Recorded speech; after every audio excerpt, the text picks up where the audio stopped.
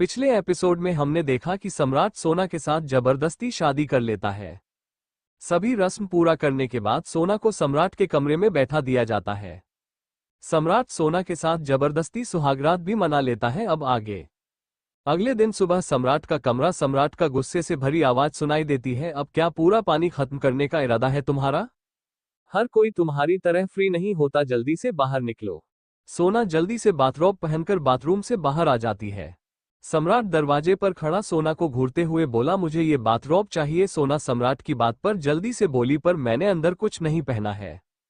सम्राट ने बिना किसी भाव के बोला, सो वॉट, रात को मैंने सब कुछ देख लिया है। आफ्टर ऑल तुम्हारी पूरी बॉडी स्कैन कर ली है और इतनी सती सावित्री बनने का नाटक मेरे सामने मत करो। तुम्हें इतने बड़े घर में आना था, इसलिए तुमने मेरी बहन को अपने भाई के साथ भगाया है ना? सोना सम्राट की बात पर सिर झुकाकर धीरे से बोली, मैं आपको बाथरोब वापस कर दूंगी, आप जाकर शॉवर लीजिए। सम्राट सोना की तरफ घूरकर देखता है और बाथरूम चला जाता है। सोना क्लोजेट में जाकर देखती है, एक तरफ का स्लाइड खिसकाती है तो उसमें सिर्फ सम्राट के फॉर्मल कपड़े रखे हुए थे। दूसरा स्लाइड खिसकाती है तो वहां सम्राट के कैजुअल कपड़े रखे हुए थे। उसने एक एक गहरी सांस ली और आखिरी शीशा खिसकाती है तो वहां पर उसके कपड़े रखे हुए थे जो कि निर्जला जी ने उसके लिए मंगवा कर रखे थे। उनमें कुछ साड़ियां थी लेकिन उनके ब्लाउज डीप के साथ बैकलेस थे। सोना जल्दी से एक साड़ी उठाकर उसे पहनने लगती है। अपने बालों को टॉवल से खोल क्लोजेट से बाहर आती है। धीरे से बाथरूम के बाहर बाथरोब टांग देती है और बाहर से कहती है, मैंने बाथरोब बाहर रख दिया है। तभी सम्राट बाथरूम का दरवाजा खोल बाहर आता है और सोना के हाथ को मजबूती से पकड़ खुद से सटा लेता है। सोना अचानक से सम्राट के ऐसा करने पर घबरा जाती है और अपना चेहरा दूसरी तरफ करते हुए बोली, आप ये क्या कर रहे हैं? सम्राट सोना के बाल को मजबूती से पकड़कर उसका चेहरा ऊपर करते हुए अपनी लाल आंखों से सोना को घूरते हुए कहता है, पूरी दुनिया के सामने तुम सनाया कपूर हो, समझी? किसी को पता नहीं कि तुम कौन हो, इसलिए बेहतर होगा कि दूसरों के सामने ज्यादा उड़ने की कोशिश मत करना। सोना अपनी आंखें दर्द में मजबूती से बंद कर लेती है और धीरे से कहती है, मुझे कोई दिक्कत नहीं है, लेकिन प्लीज मेरे बालों को छोड़ो। सम्राट सोना को खुद से दूर करते हुए बोला, तुम सिर्फ तब तक यहाँ हो जब तक काव्या वापस नहीं आ जाती। जिस दिन काव्या वापस आ गई उस दिन तुम इस घर के बाहर मिलोगी। सोना सम्राट के बात का कोई जवाब नहीं देती और सम्राट अचानक से उसके गले पर किस करने लगता है। सोना अचानक से सम्राट के ऐसा करने पर घबरा जाती है। सम्राट सोना को धकेल कर बिस्तर पर ले आता है और उसकी साड़ी के प्लेट को खोलते हुए सोने के डीप ब्लाउज का हुक भी खोल देता है। सोना सम्राट को खुद से दूर करते हुए बोली, आप हर बार ऐसे मेरे साथ जबरदस्ती नहीं कर सकते। सम्राट सोना के दोनों हाथों को मजबूती से पकड़ बिस्तर पर दबाते हुए बोला, शादी के बाद तो ये सब होता ही है ना बेबी, और अभी तो सिर्फ शुरुआत है। बहुत शौक था ना तुम्हें शनाया को भगाने का, अब उसकी भुगतान भी तुम ही करोगी, और वैसे भी तुम्हारी शादी मुझसे हुई है तो मेरी जरूरत को भी तुम्हें ही पूरा करना होगा। सोना उससे छूटने के लिए छटपटा रही थी, उसकी आंखों में आंसू आने लगते हैं, लेकिन सम्राट के गुस्से के सामने सब बेकार था। सोना के गले पर किस करते हुए बाइट करने लगता है। सोना के दोनों हाथ सम्राट के मजबूत पकड़ के कारण पूरी तरीके से सुन्न पड़ गए थे। सोना सम्राट को नहीं रोकती, सम्राट जो अपनी मर्जी करता है। फिर कुछ देर के बाद सेटिस्फैक्शन में उसके बगल में लेट जाता है। सोना खुद को देखती है, उसकी साड़ी बेड से नीचे लटक रहा था और उसका ब्लाउज आधा निकल चुका था। सोना जैसे तैसे खुद को संभालते हुए बाथरूम जाती है। तभी सम्राट ने उसे रोकते हुए कहा, मुझे पहले फ्रेश होने दो। सोना सम्राट के डरावनी आवाज सुनकर घबरा जाती है और चुपचाप बाथरूम के दरवाजे से हट जाती है।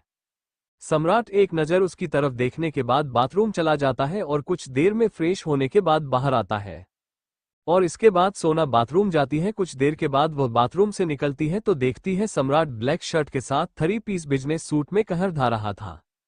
उसकी नज़र कुछ पल के लिए सम्राट पर रुक जाती है। सम्राट सोना को बिना देखे ही कहा, क्या अभी के रोमांस में मैं तुम्हें सेटिस्फाई नहीं कर पाया जो तुम ऐसे मुझे घूर रही हो? कोई बात नहीं, रात को कंटिन्यू करेंगे। सम्राट के नॉर्मल टोन में भी एक रोडनेस को भांप कर सोना घबरा जाती है, जल्दी से क्लोजेट की तरफ चली जाती है। सम्राट बिना किसी भाव के उसे जाता हुआ देखता है और अपना लैपटॉप उठाकर कमरे से बाहर चला जाता है। सोना रेडी होकर कमरे से बाहर आती है और नीचे आकर डाइनिंग टेबल की तरफ चली जाती है। सोना देखती है कि डाइनिंग टेबल पर सब बैठे हुए हैं, बस एक काव्या की कमी थी। सब सोना को देखने लगते हैं। रचना ने सोना की तरफ देखकर थोड़ी तीखी आवाज में कहा, क्या बात है? पता नहीं है क्या तुम्हें शादी के दूसरे दिन पहली रसोई होती है? भले धोखे से ही क्यों ना हो, बहू तो हो ना तुम। सोना रचना की बात सुनकर सबकी तरफ जल्दी से देखकर बोली, सॉरी मैं थोड़ी लेट हो गई। वो बोल ही रही थी कि सम्राट का छोटा भाई विराट ने सोना के बात पर मुस्कुराते हुए कहा, कोई बात नहीं भाभी। भाई ने जरूर आपको परेशान किया होगा, है ना भाभी। विराट की बात सुनकर सोना अपनी नजरें झुका लेती है, जबकि सम्राट उसे अपनी तीखी नजरों से घूर रहा था। सोना ने एक नजर सब पर करते हुए कहा, मैं जल्दी से कुछ नाश्ते में बना देती हूँ। सोना को ऐसे घबराया हुआ देखकर निर्जला जी ने कहा, सोना शांत हो जाओ, तुम रात का खाना बना देना, अभी का नाश्ता बन चुका है। सोना निर्जला जी की बात सुनकर थोड़ी शांत होती है। निर्जला जी ने मुस्कुराते हुए कहा, आओ यहाँ मेरे पास बैठो। लेकिन आंटी, आंटी नहीं बेटा, माँ कहो, क्योंकि अब तो तुम इस घर की बहू हो ना। राजेंद्र जी ने निर्जला का साथ देते हुए सोना से कहा, निर्जला बिल्कुल सही कह रही है, आप हमें मम्मी और पापा कह सकते हैं, मेरे भाई को चाचा और इन्हें चाची कह सकते हैं। सोना राजेंद्र जी के बात पर हल्का सा सिर हिला दिया। तभी राजेंद्र जी ने सम्राट की ओर देखते हुए कहा, सोना यहाँ तुम्हें कोई कुछ नहीं कह सकता, किसी से घबराने की जरूरत नहीं है, और अगर कोई तुम्हें कुछ कहता है तो तुम आकर मुझे बता सकती हो। ये सब सुनकर सम्राट इरिटेट हो रहा था। उसने अपनी कठोर आवाज में कहा, बातें हो गई हो तो नाश्ता कर सकते हैं, या फिर बातों से ही पेट भरना है सबको। सम्राट की बात सुनकर सब लोग चुपचाप अपना नाश्ता करने लगते हैं।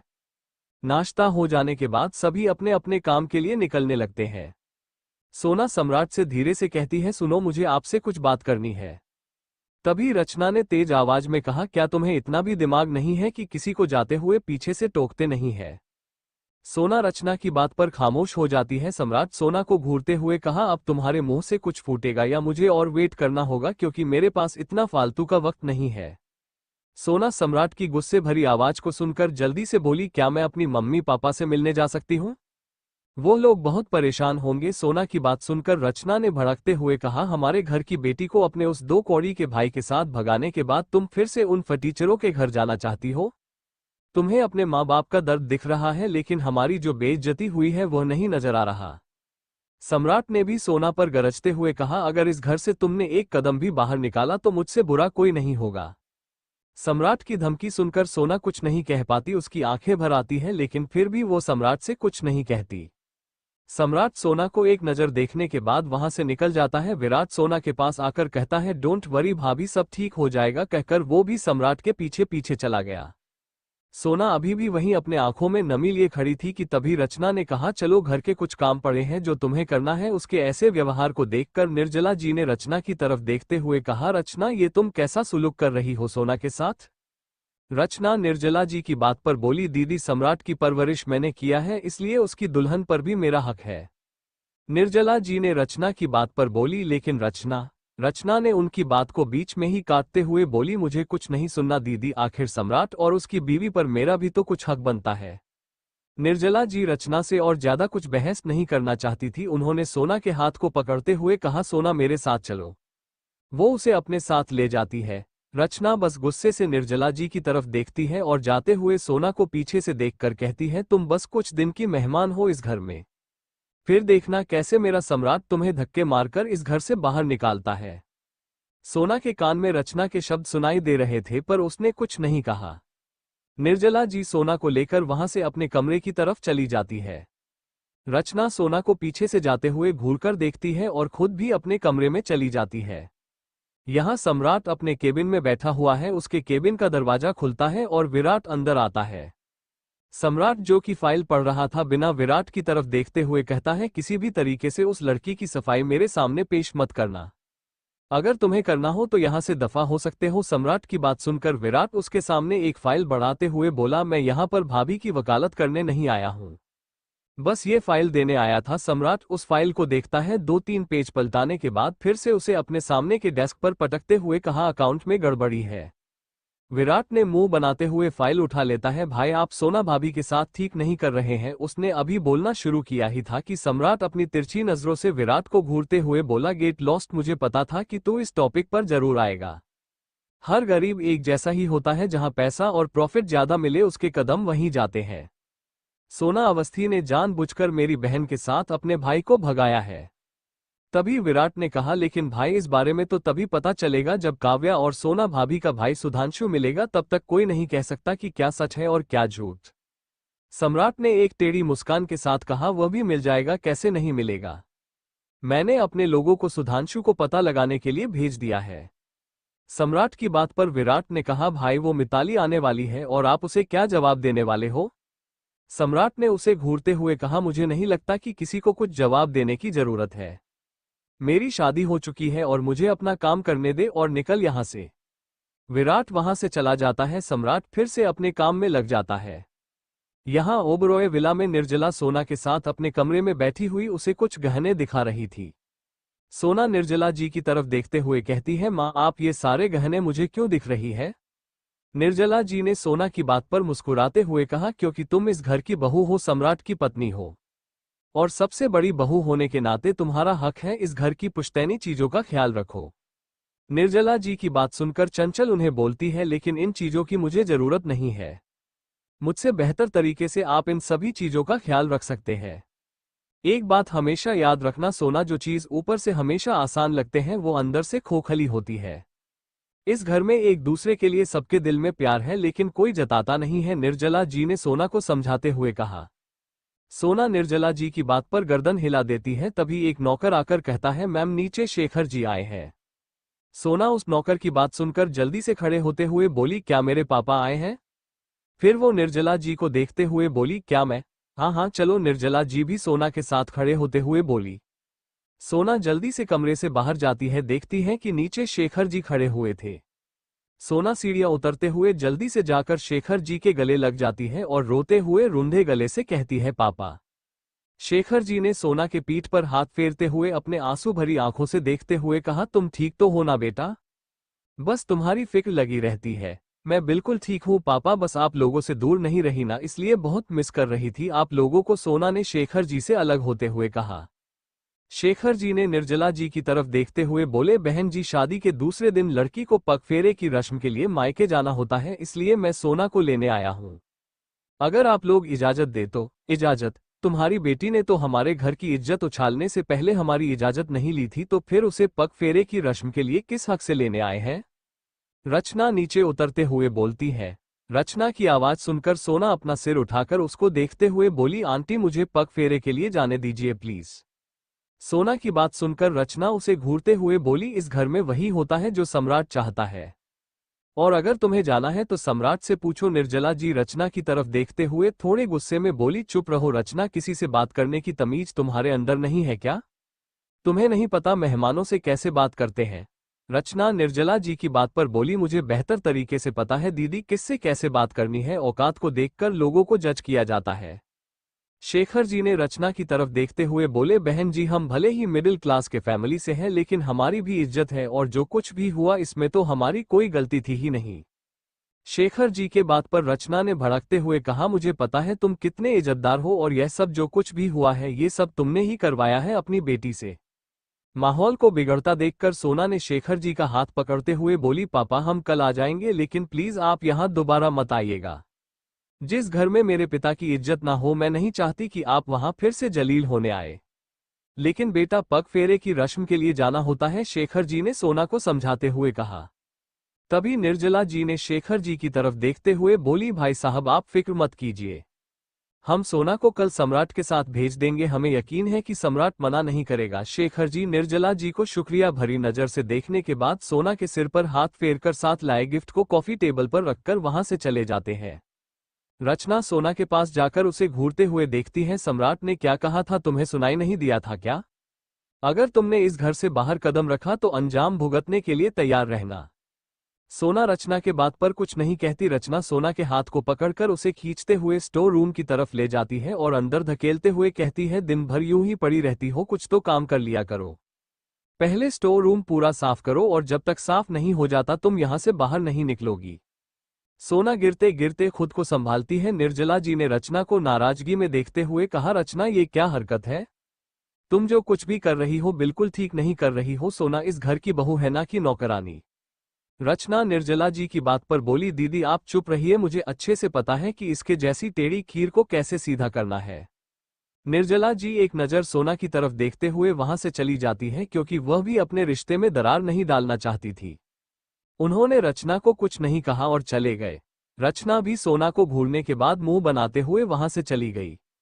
शाम का वक्त है। सम्राट विराट, राजेंद्र जी और पीताम्बर जी सब ऑफिस से घर आते हैं। सोना अपने कमरे में थी। वो पूरी तरह से थक चुकी थी। सम्राट अपने सरसरी नजर हॉल में डालने के बाद सीधा अपने कमरे में जाता है।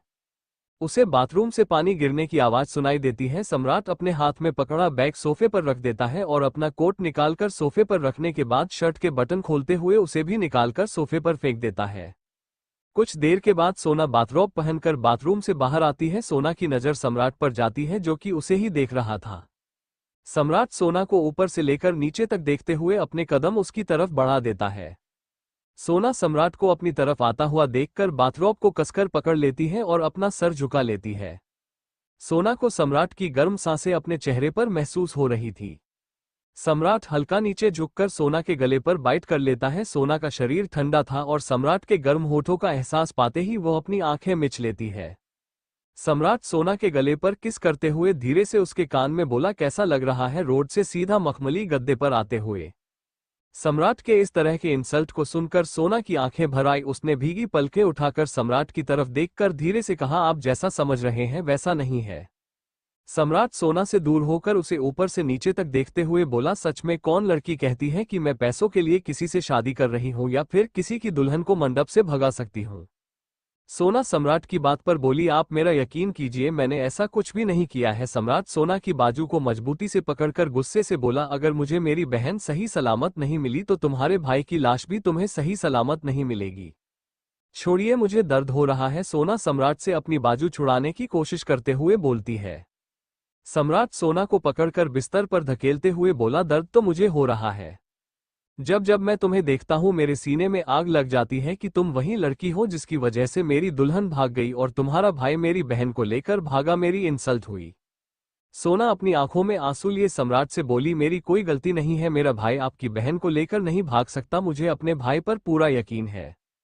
तो तुम क्या कहना चाहती हो कि मेरी बहन तुम्हारे भाई के अलावा किसी और लड़के के साथ भी रिलेशन में थी और उसी के साथ अपनी शादी छोड़कर भागना ज्यादा बेहतर समझा? सम्राट ने गुस्से में चिल्लाकर कहा। सम्राट की गुस्से भरी आवाज को सुनकर सोना घबरा जाती है। तभी सोना का फोन बजने लगता है। सम्राट गुस्से से सोना का फोन देखता है और उसे उठाकर जमीन पर पटक देता है। सम्राट के ऐसा करने पर सोना डर से अपनी आंखें भींच लेती है।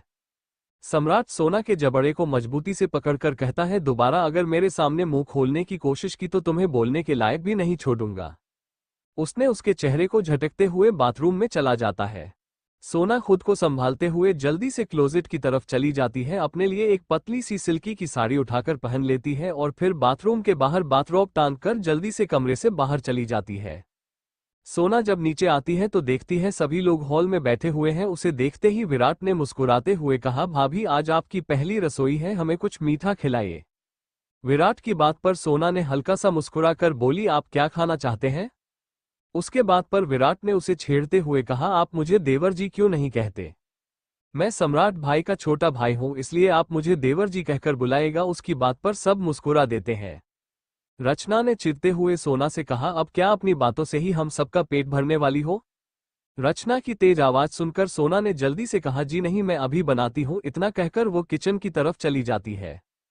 पीताम्बर जी ने रचना को डांटने वाले लहजे से कहा, ये कैसा सुलूक कर रही हो तुम? रचना पीताम्बर की बात पर उसे घूरते हुए बोली, देखिए अगर किसी ने भी उस लड़की को सर पर चढ़ाने की कोशिश की तो हम उसे वापस जमीन पर गिराने से पहले एक बार भी नहीं सोचेंगे। पीताम्बर जी भी रचना से ज्यादा बहस नहीं करते क्योंकि उन्हें पता था कि रचना से बहस करना मतलब दीवार पर अपना सिर मारना था। सोना किचन में आती है, देखती है वहां पर शेफ पहले से ही खड़े हुए थे। तभी पीछे पीछे रचना भी आ जाती है और शेफ से कहती है, आज आप लोगों की छुट्टी। आज का सारा खाना हमारी नई बहू रानी बनाएगी। रचना की बात सुनकर शेफ थोड़ा हैरान हो जाता है। सोना उन लोगों को मुस्कुरा कर कहती है, मैं खाना बना लूंगी, आप लोग जाकर आराम कीजिए। सोना की बात पर वो लोग अपना सर झुकाकर वहां से चले जाते हैं। उन लोगों के जाने के बाद रचना सोना को घूरते हुए बोली, सम्राट को इलायची और काजू से एलर्जी है। पहले से बता दे रही हूं, अगर तुमने किसी भी खाने में इन दो चीजों का इस्तेमाल किया तो मुझसे बुरा कोई नहीं होगा, क्योंकि मैं सम्राट के तबीयत को लेकर कोई भी रिस्क नहीं लेना चाहती। सोना ने कुछ नहीं कहा, बस धीरे से अपना सर हाँ में हिला दिया। रचना वहां से चली जाती है। सोना एक गहरी सांस लेकर खाना बनाना शुरू करती है। कुछ देर के बाद सभी लोग डाइनिंग टेबल पर बैठे हुए थे। सम्राट भी डिनर के लिए नीचे आता है तो उसे बाकी दिनों से अलग खाने की खुशबू महसूस होती है। सब डाइनिंग टेबल पर बैठे हुए थे जबकि सोना खड़ी थी। रचना ने सोना से कहा, अब खड़े खड़े देखती रहेगी या फिर सबको खाना देगी। रचना की बात पर सोना जल्दी से सबको खाना सर्व करने लगती है। उसने खाने में बहुत सारी आइटम बनाया हुआ था। मीठे में खीर बनाई थी। राजेंद्र जी पूरा खाना देखते हुए हल्का सा मुस्कुराकर बोले, सच में अपने लोगों के हाथों का बना खाने का स्वाद अलग ही होता है। राजेंद्र जी की बात पर सोना उसकी तरफ देखते हुए धीरे से बोली, ऐसी बात है तो मैं हर रोज तीनों समय का खाना बना दूंगी। रचना ने सोना के बात पर फिर से उसे ताना मारते हुए कहा, अच्छी बात है, मुफ्त की रोटी तोड़ने से अच्छा कुछ काम ही कर लोगी। रचना की बात पर सोना कुछ नहीं कहती। सब लोग खाना शुरू करते हैं। विराट खीर की कटोरी उठाकर उसे खा लेता है और अपने कटोरी आगे करते हुए सोना से कहता है, भाभी एक और कटोरी। सोना हैरानी से उसे देखती है और मुस्कुराते हुए उसे खीर देती है। सम्राट ने भी एक निवाला खाया और फिर वह चाहकर भी खाने में कोई कमी नहीं निकाल पाया। उसने एक नज़र सोना को देखने के बाद अपना डिनर कंप्लीट करता है और उठकर बेडरूम की तरफ जाने लगता है। निर्जला जी ने उसे रोकते हुए कहा, सम्राट हमें तुमसे कुछ बात करनी है। सम्राट निर्जला जी की बात पर रुक जाता है और कहता, जी कहिए। निर्जला जी सोना को एक नज़र देखने के बाद सम्राट से कहती है, आज सुबह तुम ऑफिस चले गए थे तो सोना के पापा आए थे पग फेरे के रस्म के लिए। हम चाहते हैं कि सोना ये रस्म पूरी करे। राजेंद्र जी भी निर्जला जी की बात पर उसका साथ देते हुए सम्राट से बोले, निर्जला सही कह रही है। हर नई नवेली दुल्हन को पगफेरे की रस्म पूरी करनी होती है। अगर तुम्हारे पास समय हो तो कल सोना को लेकर उनके घर चले जाना। राजेंद्र जी की बात पर सम्राट एक नज़र सोना को देखने के बाद बोला, मेरे पास इतना फालतू का वक्त नहीं है, मैं नहीं जा सकता, विराट के साथ भेज दो। इतना कहकर सम्राट वहां से चला जाता है। सोना सम्राट की बात पर खुश हो जाती है। उसके चेहरे पर एक मुस्कुराहट आ जाती है। रचना घूरकर उसकी तरफ देखती है तो सोना नजर नीची कर लेती है। सभी लोग अपना डिनर पूरा करके अपने अपने कमरे की तरफ चले जाते हैं। सोना सबके जाने के बाद अपना डिनर करने लगती है। उसे बहुत रोना आ रहा था। बड़ी मुश्किल से उसने 2-4 निवाले खाए होंगे और फिर वह भी अपने कमरे में चली आती है। जाकर कमरे में देखती है सम्राट बिस्तर पर बैठा लैपटॉप में कुछ काम करता हुआ काफी सीरियस लग रहा था। सोना सम्राट की तरफ एक नज़र देखने के बाद तकिया और ब्लैंकेट लेकर काउच पर चली जाती है। सम्राट सोना को एक नज़र देखने के बाद तेज आवाज में,